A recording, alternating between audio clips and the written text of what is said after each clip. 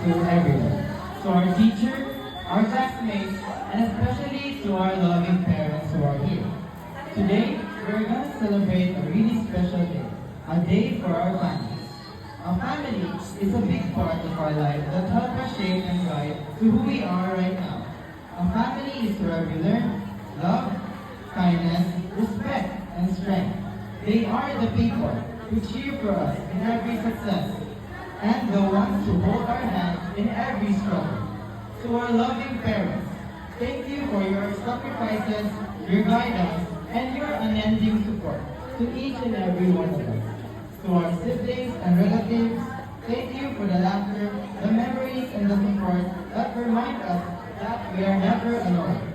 Family Day is not just about gathering together. It's about appreciating each other, understanding one another, and seeing how blessed we are to have them in every part of our life.